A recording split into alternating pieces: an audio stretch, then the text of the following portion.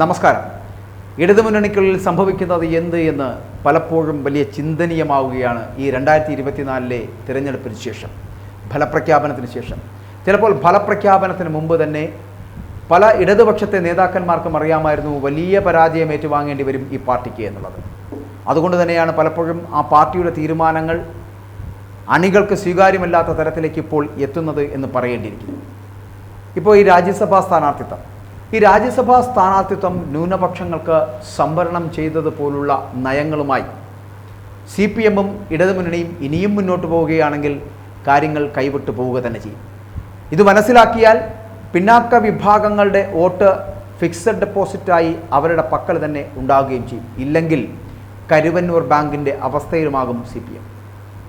Parliament തിരഞ്ഞെടുപ്പിൽ കേരളത്തിൽ ഇടതുപക്ഷത്തിനുണ്ടായ കനത്ത തിരിച്ചടിയെക്കുറിച്ചുള്ള ചർച്ചകൾ ഇങ്ങനെ അഭംഗുരം തുടർന്നുകൊണ്ടിരിക്കുകയാണ്. എന്തുകൊണ്ട് നമ്മൾ തോറ്റുവെന്ന് ലളിതമായി പറയേണ്ടതിന് പകരം താത്വികമായ അവലോകനം നടത്തിയിട്ടൊന്നും ഇക്കാലത്ത് കാര്യമില്ല സഖാക്കളെ എന്നുകൂടി പറയട്ടെ. CPM-ഉം CPI-യും ഇപ്പോൾ നേരിടുന്നത് ഗുരുതരമായിട്ടുള്ള അസ്തിത്വ പ്രശ്നം തന്നെ. അതിനിയും മനസ്സിലാക്കിയിട്ടില്ല എന്നതിൻ്റെ തെളിവാണ് LDF-ൻ്റെ രാജ്യസഭാ സ്ഥാനാർത്ഥി നിർണയം എന്ന് പറയപ്പെടുന്നത്. UDF ആപാത ചൂടം പ്രീണിപ്പിച്ച് സ്വന്തം കക്ഷത്തിൽ വച്ചിരിക്കുന്ന ന്യൂനപക്ഷ വോട്ടുകൾ അതിനെ എങ്ങനെയും പിടിച്ചെടുക്കുവാനുള്ള ആവേശത്തിലായിരുന്നു കുറേ കാലമായിട്ട് ഈ ഇടത് നയ രൂപീകരണക്കാർ എന്ന് വേണമെങ്കിൽ പറയാം. രക്തപതാക തലമുറകളായി നെഞ്ചേറ്റിയ ഈഴവരാതി പിന്നാക്ക സമൂഹം പട്ടികജാതി വർഗവിഭാഗങ്ങളും കാൽക്കീഴിൽ കിടക്കുമെന്ന ധാരണ ഈ പാർലമെൻറ്റ് തിരഞ്ഞെടുപ്പ് ഫലത്തോടുകൂടി പൊളിഞ്ഞു പാളീസായി. പാർട്ടിയുടെ ഹിന്ദു വോട്ടുകൾ, പ്രത്യേകിച്ച് പിന്നാക്ക വോട്ടുകൾ, അത് BJP-യിലേക്ക് തന്നെ പോയേ എന്ന് വിലപിക്കുമ്പോഴും രാജ്യസഭാ സ്ഥാനാർത്ഥി നിർണയത്തിൽ CPM-ഉം CPI-യും അവരെ വീണ്ടും അവഗണിച്ചു എന്നുള്ളതാണ്. CPI-യുടെ സീറ്റ് മുസ്ലിമിനും CPM-ൻ്റേത് ക്രൈസ്തവനും വിളമ്പി. UDF ആകട്ടെ പതിവ് പോലെ തന്നെ മുസ്ലിം ലീഗിന് അത് സമർപ്പിക്കുകയും ചെയ്തു. രണ്ട് മുന്നണിയിലും ഭൂരിപക്ഷ സമുദായം പടിക്ക് പുറത്ത്. ഈ യാഥാർത്ഥ്യം തുറന്നു പറഞ്ഞതിനാണ് ഇപ്പോൾ ചില മുസ്ലിം സംഘടനകളും നേതാക്കളുമൊക്കെ SNDP യോഗത്തെയും തന്നെയും വർഗീയ പട്ടം ചാർത്തി ഒറ്റതിരിഞ്ഞ് ആക്രമിക്കാൻ ശ്രമിക്കുന്നത് എന്ന് ഒരു മുസ്ലിം നേതാവ് നവോത്ഥാന സമിതി നേതൃസ്ഥാനം രാജിവെച്ചുകൊണ്ട് പറഞ്ഞു. മറ്റു ചിലർ ധവളപത്രമിറക്കാൻ സർക്കാരിനെ വെല്ലുവിളിച്ചു. ഇരട്ടമുഖമുള്ള ഈ മതേതരവാദികൾ ഗൾഫിൽ ചെല്ലുമ്പോൾ നടത്തുന്ന തീവ്രവാദ പ്രസംഗങ്ങളെല്ലാം കേരളം നവമാധ്യമങ്ങളിലൂടെ കാണുകയും ചെയ്യുന്നുണ്ട് എന്നുള്ളതാണ്. അവരാണ് യാഥാർത്ഥ്യം പറഞ്ഞതിന് ഇവിടെ വിമർശിക്കപ്പെട്ടുകൊണ്ടിരിക്കുന്നത് എന്ന് പറയേണ്ടിയിരിക്കുന്നത്. ആർക്കു വേണ്ടിയിട്ടാണ് ഇത് വീതം വെപ്പ് നടത്തുന്നത്? ഏറെക്കാലമായി നമുക്കറിയാം ക്രൈസ്തവ മുസ്ലിം മതപ്രീണനം കോൺഗ്രസിൻ്റെ മാത്രം കുത്തകയായിരുന്നുവെങ്കിൽ മാറി. മുസ്ലിം ലീഗിൻ്റെയും കേരള കോൺഗ്രസിൻ്റെയും തടവറയിലായിരുന്നു കോൺഗ്രസ്. വിദ്യാഭ്യാസ, വ്യവസായ, പൊതുമരാമത്ത്, ധനവകുപ്പുകൾ പിടിച്ചുവാങ്ങിക്കൊണ്ട് വേണ്ടപ്പെട്ടവരെയൊക്കെ താക്കോൽ സ്ഥാനങ്ങളിൽ നിയമിച്ച് കേരളത്തിൻ്റെ പൊതുസമ്പത്ത് സ്വന്തം മതക്കാർക്കായിട്ട് അവർ വീതം വെച്ചു നൽകി എന്നുള്ളതാണ്. അതിൻ്റെ ഉന്നതി ഇരുമതക്കാർക്കും എല്ലാ രംഗത്തും ഉണ്ടായിട്ടുണ്ടോ എന്നുള്ളതാണ്. പുറമ്പോക്കിലേക്ക് പോയത് ആരായിരുന്നു? അപ്പോൾ ഹിന്ദുക്കളായിരുന്നു. ഇടതുഭരണം വരുമ്പോൾ മാത്രമാണ് പിന്നാക്ക പട്ടിക വിഭാഗക്കാർക്ക് എന്തെങ്കിലും പരിഗണന ലഭിച്ചിരുന്നത് എന്നുള്ളതാണ്. കുറച്ചു നാളായിട്ട് ആ പരിഗണനയും നഷ്ടമായി എന്നുള്ളതാണ്. ഇടതുപക്ഷവും ന്യൂനപക്ഷ പ്രീണനം പ്രധാന അജണ്ടയാക്കി മാറ്റി എന്നുള്ളതാണ്. ജീവിതകാലം മുഴുവൻ പാർട്ടിക്ക് വേണ്ടി പ്രവർത്തിച്ചവരെ അവഗണിച്ച് ഇന്നലെ വന്ന ന്യൂനപക്ഷ വിഭാഗക്കാർക്ക് പാർട്ടി പദവികളിൽ ഡബിൾ ട്രിപ്പിൾ പ്രൊമോഷനുകൾ നൽകി മുന്നോട്ട് പോകുന്നു. നേതൃനിരയിലും സ്ഥാനമാനങ്ങളിലും ന്യൂനപക്ഷങ്ങൾ, പ്രത്യേകിച്ച് മുസ്ലിം നാമധാരികൾ നിറഞ്ഞു കവിയുന്നു. പൗരത്വ നിയമത്തിനും ഏക സിവിൽ കോഡിനുമെതിരെയും പലസ്തീൻ പ്രക്ഷോഭത്തിലും മുന്നിൽ നിന്ന് പോരാടിയത് CPM അണികളാണ് എന്നുള്ളത് മറന്നുപോകരുത്.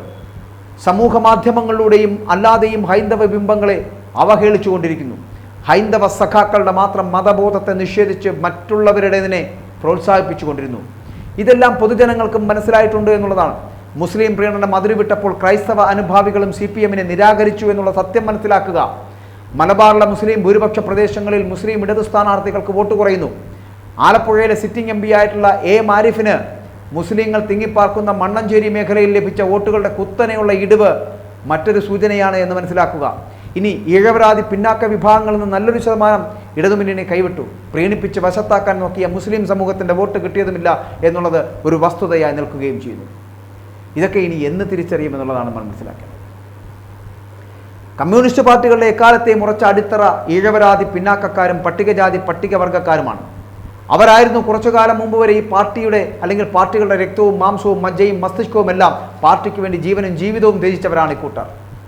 പാർട്ടി രക്തസാക്ഷികളുടെ ജാതി കണക്കെടുത്താൽ ഇത് വ്യക്തമാവുകയും ചെയ്യും. സവർണ മേധാവിത്വത്തിനും അനീതികൾക്കുമെതിരെ തങ്ങൾക്കൊപ്പം നിന്ന പാർട്ടി കുറച്ചു കാലമായിട്ട് സംഘടിത മുസ്ലിം ന്യൂനപക്ഷങ്ങൾക്ക് വേണ്ടി നടത്തിവന്ന അതിരുവിട്ട പ്രീണന നയങ്ങൾ അവർ മനസ്സിലാക്കി എന്ന തിരിച്ചറിവാണ് ഇപ്പോഴും പാർട്ടി നേതൃത്വത്തിന് ഉണ്ടാകാതെ പോകുന്നത് എന്നുള്ളതാണ്. UDF, LDF എന്ന അച്ചുതണ്ടിൽ ഇതുവരെ കറങ്ങിയിരുന്ന കേരള രാഷ്ട്രീയത്തിലേക്ക് BJPയുടെ ശക്തമായിട്ടുള്ള കടന്നുവരവിന് ഈ പാളിയ തന്ത്രം വഴിയൊരുക്കി എന്നുള്ളതാണ്. ഇരു മുന്നണികളുടെയും ന്യൂനപക്ഷ പ്രീണന രാഷ്ട്രീയത്തിൽ ആര് ജയിച്ചു ആര് തോറ്റു എന്നൊരു സംശയമേ വേണ്ട. തോറ്റത് ഹൈന്ദവരായ പിന്നാക്ക പട്ടിക വിഭാഗങ്ങൾ. മതേതരത്വത്തിൻ്റെ പേരിൽ ഇവർ കബളിപ്പിക്കപ്പെട്ടു. വേലികെട്ടാനും അടുക്കളപ്പണിക്കും പിന്നാക്കക്കാരും സദ്യ വിളമ്പുമ്പോൾ ഉണ്ണാനിക്കാൻ ന്യൂനപക്ഷങ്ങളും എന്നുള്ളതാണ് ഇപ്പോൾ കേരളത്തിലെ സ്ഥിതി എന്ന് പറയപ്പെടുന്നത്. BJPയും ആ വഴിക്ക് നീങ്ങുന്നതിൻ്റെ ലക്ഷണങ്ങളിലാണിത്. പിന്നാക്ക ജനതയെ അവഗണിച്ച് ക്രൈസ്തവ പ്രീണനത്തിൻ്റെ വഴിയിലേക്ക് നീങ്ങിയാൽ അവരുടെ കാൽക്കീഴിലെയും മണ്ണൊലിച്ചു പോകുമെന്നുള്ള കാര്യം ഉറപ്പാണ്. അത് മറന്നു പോകാതിരിക്കുക. അവർക്ക് വേണ്ടി ഒരുമിക്കുന്നവർ, അതായത് ഇപ്പോൾ നമുക്കറിയാമല്ലോ, ഈ ശ്രീനാരായണ സർവകലാശാല ഉൾപ്പെടെ സംസ്ഥാനത്തെ 14 സർവകലാശാലകളിൽ BC-മാരെ നിയമിച്ചപ്പോൾ ഈഴവ സമുദായം അവഗണിക്കപ്പെട്ടിരിക്കുന്നു. പബ്ലിക് സർവീസ് കമ്മീഷനിലെ 20 അംഗങ്ങളിൽ പിന്നാക്കക്കാരുടെ എണ്ണം നാമമാത്രമാകുന്നു. 5 ദേവസ്വം ബോർഡുകളുടെ കാര്യവും സമാനമാകുന്നു. R. ശങ്കറിന് ശേഷം ഈഴവ സമുദായത്തിന് അനുവദിച്ച എയ്ഡഡ് വിദ്യാഭ്യാസ സ്ഥാപനങ്ങൾ വിരലിലെണ്ണാൻ പോലും ഇല്ലാതാകുന്നു. മുസ്ലിം ക്രൈസ്തവ വിഭാഗങ്ങൾക്ക് വാരിക്കോരി നൽകുകയും ചെയ്യുന്നു എന്നുള്ളതാണ് യാഥാർത്ഥ്യം. ആദിവാസി ഭൂസംരക്ഷണ നിയമം ഭേദഗതി ചെയ്ത് അവരുടെ അന്യാധീനപ്പെട്ട ഭൂമി കയ്യേറ്റക്കാർക്ക് പതിച്ചു നൽകാൻ നിയമസഭയിൽ ഒന്നിച്ചു വോട്ട് ചെയ്തവരാണ് ഇടതും വലതും.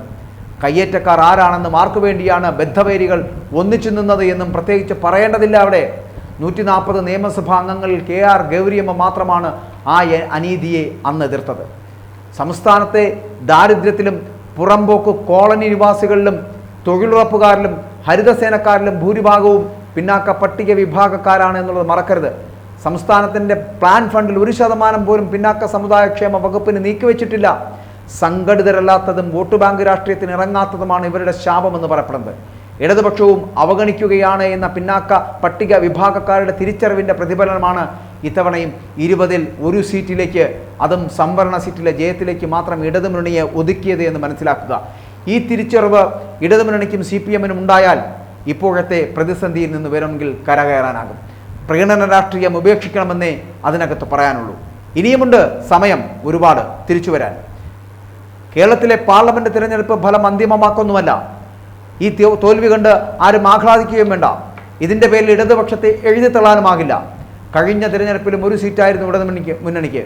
പിന്നാലെ അസംബ്ലി തിരഞ്ഞെടുപ്പിൽ മിന്നുന്ന ജയം നേടിയില്ലേ? എക്കാലത്തും പാർലമെന്റ് തിരഞ്ഞെടുപ്പിൽ UDF-ന് തന്നെയാണ് മേൽക്കൈ എന്നുള്ളത് പതിവാണ്. ദേശീയ തലത്തിൽ BJPക്ക് ബദൽ കോൺഗ്രസ് ആണെന്നുള്ള ചിന്താഗതിയും ഇപ്പോഴത്തെ തിരിച്ചടിക്ക് ഒരു കാരണമായിട്ടുണ്ട് എന്നുള്ളതാണ്. നിയമസഭാ തദ്ദേശ തിരഞ്ഞെടുപ്പിനെ ഈ ഫലം കൊണ്ട് വിലയിരുത്തേണ്ടതുമില്ല എന്ന് പറയട്ടെ. ഇക്കുറി BJP ശക്തമായ നിലയിലെത്തിയെന്ന വ്യത്യാസമുണ്ടായെങ്കിലും ഇടതുമുന്നണിക്ക് തിരിച്ചുവരവിന് ഇനിയും സമയമുണ്ട് എന്ന് പറയാം. പിന്നാക്ക വിഭാഗങ്ങളുടെ വിശ്വാസം വീണ്ടെടുക്കുക എന്ന ഒറ്റമൂലിയാണ് ഏക ഔഷധം. രാജ്യസഭാ സ്ഥാനാർത്ഥിത്വം ന്യൂനപക്ഷങ്ങൾക്ക് സംവരണം ചെയ്തതുപോലുള്ള നയങ്ങളുമായി ഇനിയും മുന്നോട്ട് പോവുകയാണ് എങ്കിൽ കാര്യങ്ങൾ കൈവിട്ടു പോകുമെന്ന് പറയാതിരിക്കാൻ കഴിയില്ല. CPM-ഉം ഇടതുമുന്നണിയും ഇത് മനസ്സിലാക്കിയാൽ പിന്നാക്ക വിഭാഗങ്ങളുടെ വോട്ട് ഫിക്സഡ് ഡെപ്പോസിറ്റായി അവരുടെ പക്കൽ തന്നെ ഉണ്ടാകുമെന്നുള്ള കാര്യത്തിലും സംശയമില്ല. ഇല്ലെങ്കിൽ കരുവന്നൂർ ബാങ്കിൻ്റെ അവസ്ഥയിലേക്ക് CPM മാറിപ്പോകുമെന്നുള്ള കാര്യത്തിൽ സംശയമില്ല. അതുകൊണ്ട് രാജ്യസഭാ സ്ഥാനാർത്ഥിത്വം ന്യൂനപക്ഷങ്ങൾക്ക് നൽകി പ്രീണനം നടത്തുന്ന സംവിധാനങ്ങളിൽ നിന്ന് ഇടതുമുന്നണി ഇനിയും മാറി ചിന്തിച്ചില്ല എന്നുണ്ടെങ്കിൽ ഒരു തരി പോയിട്ട്, ഒരു കനൽ പോയിട്ട് ഒരു തരി പോലും ബാക്കി ഉണ്ടാവില്ല ഈ CPM വരുന്ന തിരഞ്ഞെടുപ്പുകളിൽ. മാത്രമല്ല തദ്ദേശ സ്വയംഭരണ തിരഞ്ഞെടുപ്പിലും 2024 നിയമസഭാ തിരഞ്ഞെടുപ്പിലും തദ്ദേശ സ്വയംഭരണ തിരഞ്ഞെടുപ്പിലും സ്ഥാനാർത്ഥികളെ കണ്ടെത്തുവാൻ CPM വല്ലാതെ പാടുപെടേണ്ടി വരുമെന്നുള്ള കാര്യത്തിലും സംശയമില്ല. അതുകൊണ്ട് ഏകാധിപത്യ പ്രവണതകളും ന്യൂനപക്ഷ പ്രീണനമൊക്കെ മതിയാക്കി പിന്നാക്കക്കാരനെ കൂട്ടുപിടിച്ച് അവരോടൊപ്പം നടന്നാൽ ഈ പറഞ്ഞു പോയ തകർന്ന് തരിപ്പണമായി എന്ന് കരുതുന്ന സ്ഥലത്ത് നിന്ന് CPM-ന് ഉയർത്തെഴുന്നേൽക്കാം. ഇല്ല എങ്കിൽ ഒരു ചാരമായി മാറാൻ പോവുകയാണ് CPM എന്നുള്ള കാര്യത്തിൽ സംശയമില്ല. പക്ഷേ ഇവിടെ ഉദിച്ചുയരാൻ പോകുന്നത് BJP ആയിരിക്കും.